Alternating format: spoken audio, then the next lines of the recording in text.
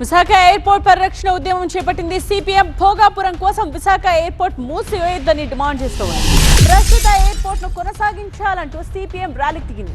మూసివేత కుట్రలను ప్రజాప్రతినిధులు అడ్డుకోవాలని సిపిఎం పట్టుబడుతోంది. విశాఖ నుండి భోగాపురానికి రోడ్డుపై వెళ్లే ఖర్చు విశాఖ హైదరాబాద్ విమాన టికెట్ ఛార్జీతో సమానమన్నారు సిపిఎం నేతలు.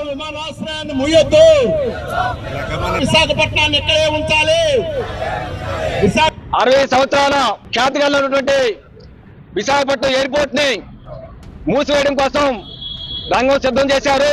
దీనివల్ల 30 లక్షల మంది ప్రయాణికులు, వారి కుటుంబ సభ్యులు, వేలాది మంది కార్మికులు తీవ్ర ఇబ్బంది పడే పరిస్థితి ఏర్పడుతుంది.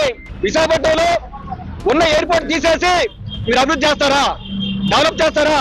ఎవరు నమ్ముతాడండి?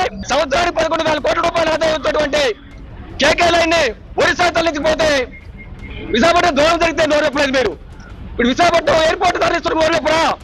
నోరెప్పకపోతే మీరు ఎమ్మెల్యేలుగా ఎంపీలు కూడా దేనికోసం, ఎవరి కోసం ప్రశ్నిస్తున్నాం?